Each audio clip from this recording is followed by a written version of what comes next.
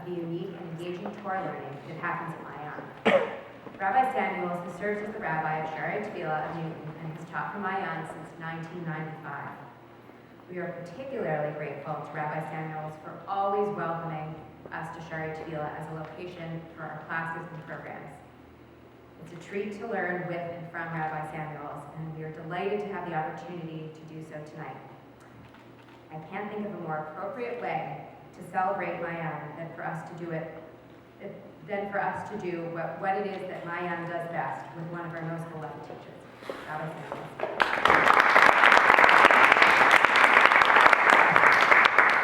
Thank you so much. It's wonderful to be here with all of you at this wonderful celebration. I have to say, though, that I came across a mistake when I came to pick up my name badge.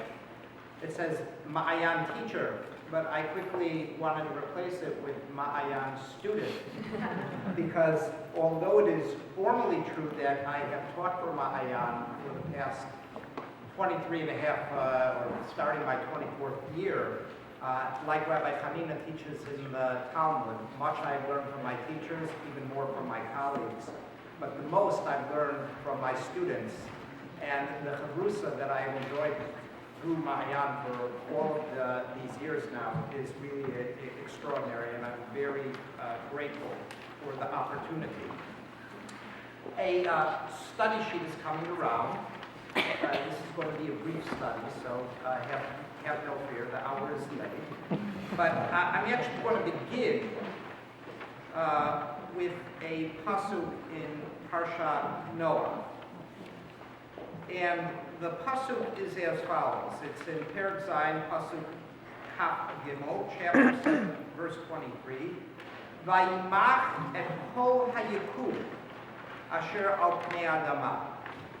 And he, meaning God, blotted out every living substance, kol hayikum, asher al pnei adama, which was upon the face of the ground. Adam ad behema, ad remes, ad ov hashamayim, vayimachu min haaretz yishaer ach Noach v'asher ito b'teva.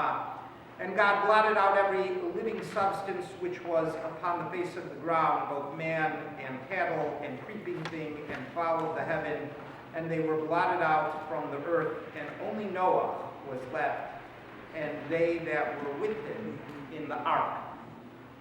I'd like to read for you,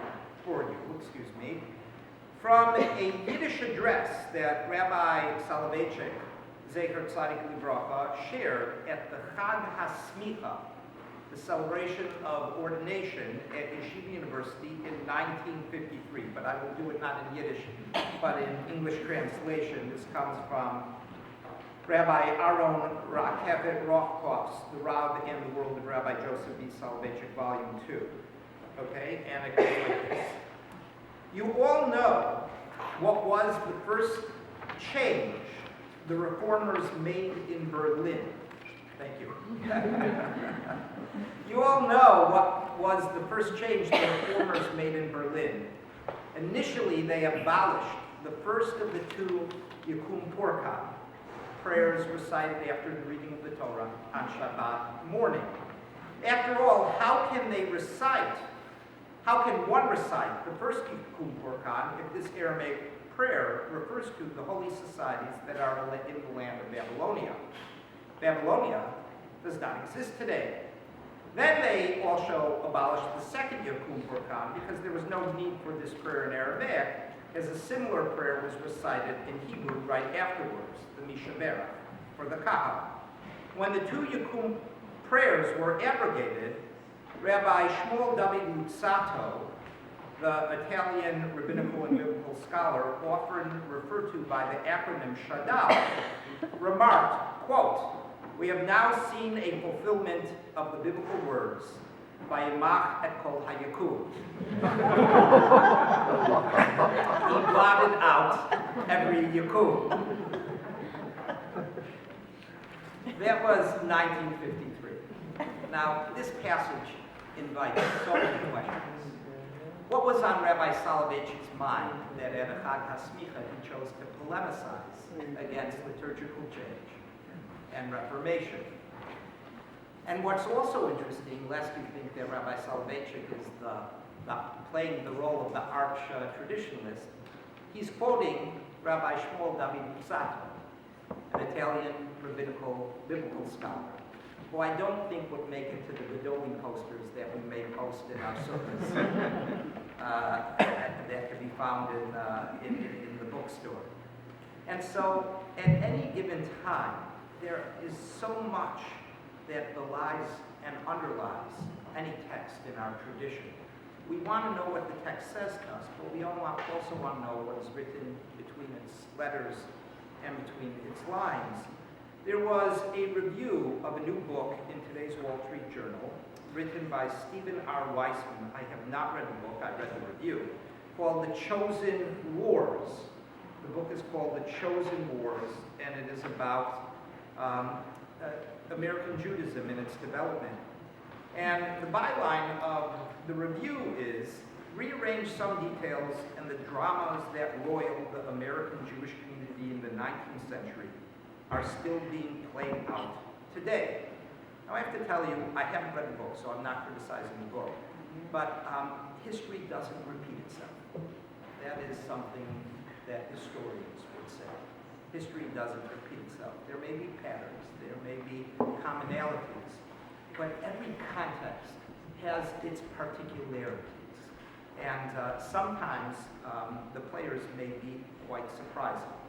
And so I would like to share with you this evening, as a taste of Mea, in brief, a teshuvah, a responsa, that comes from the early 14th century, the early 1300s.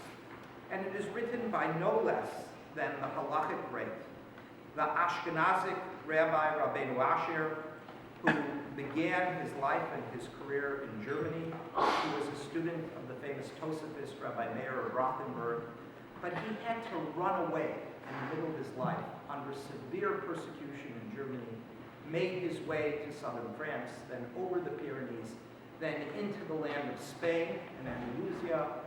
In Barcelona, he met the famous Rabbi Shlomo Ibn Aderet, the Rashba, who recommended him to a post to become the rabbi of Toledo, a city in Spain more centrally located. And there he began a rabbinical dynasty, merging Ashkenazic traditions and Sephardic traditions and Provençal traditions, and is one of the great shapers of our halachic tradition. Well, here is a response that I will credit my own teacher and mentor, having first introduced it to me, Rabbi Jacob J. Schachter, another teacher of the Mahayan world. And this comes from Tshuvot Harash, and it's a fascinating tshuva. It's fascinating for so many reasons. First of all, it's fascinating for the halachic issue that it deals with, which is, more generally, is liturgical change permitted? And more specifically, can we pray for rain in the season of our location, or do we pray for rain according to the season of Babylonian rainfall?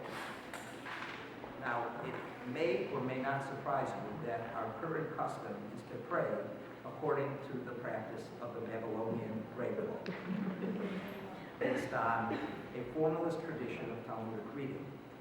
Rabbeinu Asher is not known as a mekil, as a lenient halachic decisor. If anything, he is known as a machmer in somewhat of the Tosafist tradition of reconciling traditions and being concerned with many different opinions. I don't want to be binary and say he's a mekil or a machmer. He's a halachist, and so as one of my teachers, Rabbi Joseph Pollack, says, there's no wholesale halacha, there's only retail. Every case of halacha has a specific context, and it has to address that context. But Rabbeinu Asher has the following challenge.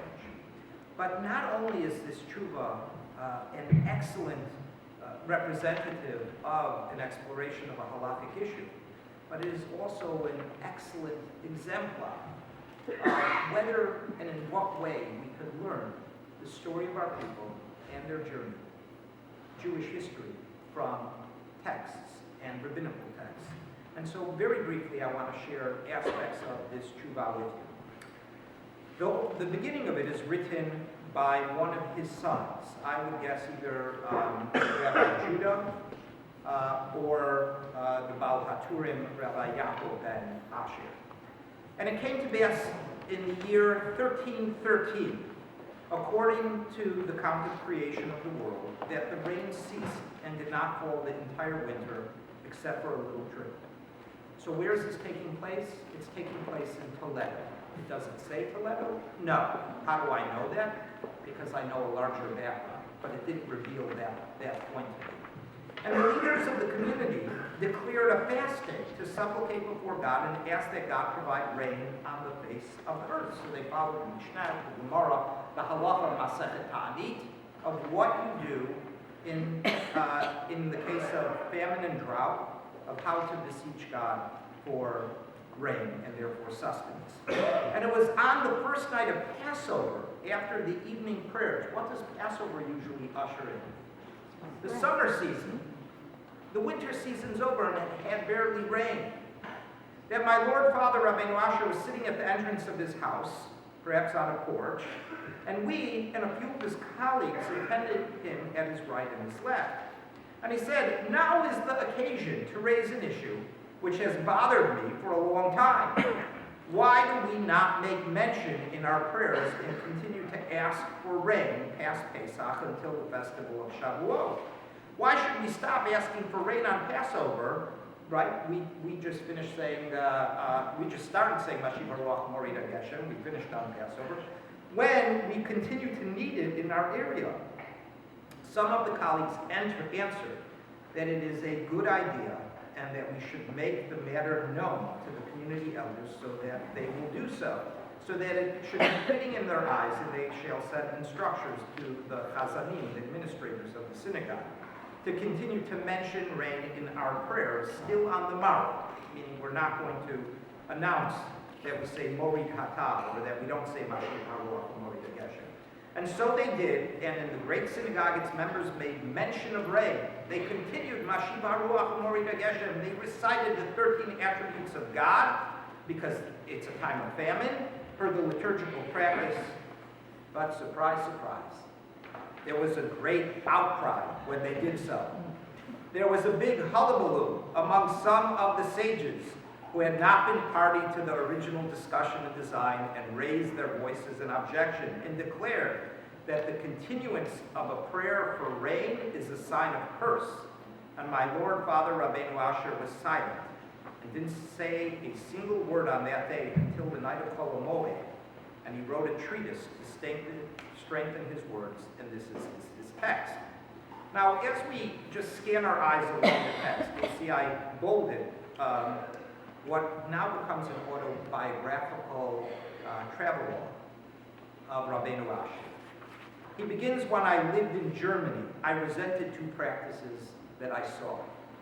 Interesting language coming from a rabbi. One of the practices was he resented the prayer of rain that didn't correspond to the needs of the community per their agricultural society. And I presented for consideration for the great rabbis of France and Germany, and there was no one who opposed my words, but they said, "We still don't need to make the change because we have plenty of rain, so it doesn't adversely affect us. God blesses us with rain all the time." But when I went to Germany, I left Germany, and there's a story there that he doesn't tell at this point, but we could fill in. I journeyed on the way to Provence, right? He went from Germany through France to southern France to what we call Provence. And I heard that in Montpellier, that they were making mention of rain on the 7th of the Hebrew month of Mar Cheshvan. The night is Rosh Chodesh, Mar Cheshvan. And so they were still mentioning rain after the festival of Sukkot ended. This was fitting in my eyes. And I said to the sages of Montpellier, and you have answered my questions, that is, when we begin to ask for rain in our prayers. However, concerning the matter of when to conclude requesting rain, what is your practice? And they said that they do as it is written in the Mishnah, That is, from the first day of Passover, they stopped. And I said, have you no need for rain between Passover and Shavuot? And they said to me that many times they do indeed need to continue raining, and it is impossible for the rain to be sustained without continued raining. And I said to them, my words is written above, and it was very fitting in their eyes. However, they still said that regarding their practice, to begin to ask for rain on the 7th of Mar Cheshvan, we're just following the practice of our ancient sages. So they didn't begin to ask for rain on Sukkot, on Shmini Atzeret, like we did. They waited until the 7th of Mar Cheshvan, because that's when they needed rain in Montpellier. And then he came here to Toledo, to Spain, and he saw that the need for rain between Passover and Shavuot is even greater than in other places. And they still needed the spring rains to continue on. But he said that now people have turned their hearts and returned their minds backwards. They resent the question because they perceive it as an invitation to and a sign of curse. But even in their current thinking, he says, it shouldn't be a curse because it's only a curse if you continue to pray for rain after Nisan, but you could still pray through Nisan. And the final paragraph, and when I saw that the hearts of the community turn against accepting from me the words of the living God, I too reversed my practice from asking and making mention of rain in the synagogue where we pray, even though I could have still asked in my personal prayer, even though I'm only an individual. Since the need in question is a communal need, though, I did not want to create division within the ranks of the community. So here we have a responsa. It is precisely and primarily through responsa literature, through the answering of practical questions, that innovation in halacha is created. But as we see, whether it be liturgical innovation or other innovation, it is not without multiple opinions, often many objecting opinions. We also see that the desire for innovation and practical application doesn't necessarily fall along the fault line of progressive and conservative, traditional and modernists, but also it can have richness in its context and in its motivation.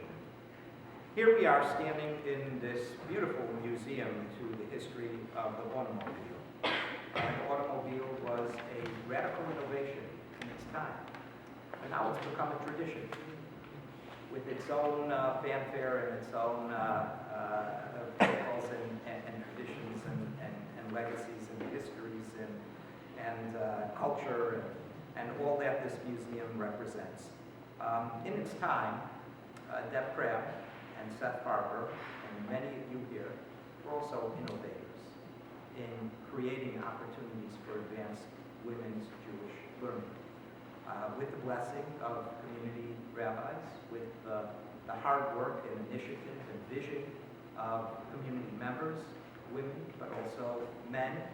And now Ma'ayan is a tradition, an innovation and a tradition.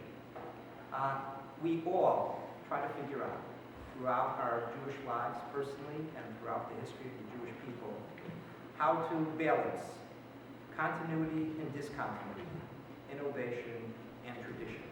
Sometimes we get it right, and sometimes less so. But there's no question in my mind that Ma'ayan has gotten it right, and the past 25 years proves it. Mazel tov, and may we go from strength to strength.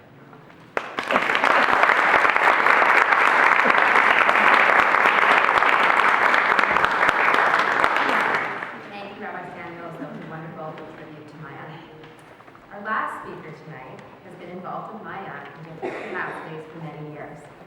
Beria Novich grew up in the home of Rochelle and Rabbi Reuven Cohen, both of whom were promoters of women's Torah learning. Rochelle was a founding board member, and Reuven joined the Ma'ayan faculty as one of its first teachers. During a summer home from college, Beria attended her first Ma'ayan class. Since her return to Boston in 2014 with her husband John and their daughters, she's attended many other Ma'ayan classes and programs. In 2015, we were thrilled to welcome her to our board and Since 2017, she has served as the founding chair of NAHI, the New England Yoetzei Halacha Initiative of Mayan. Thank you, Gloria, for all you and your family have done in support of this organization.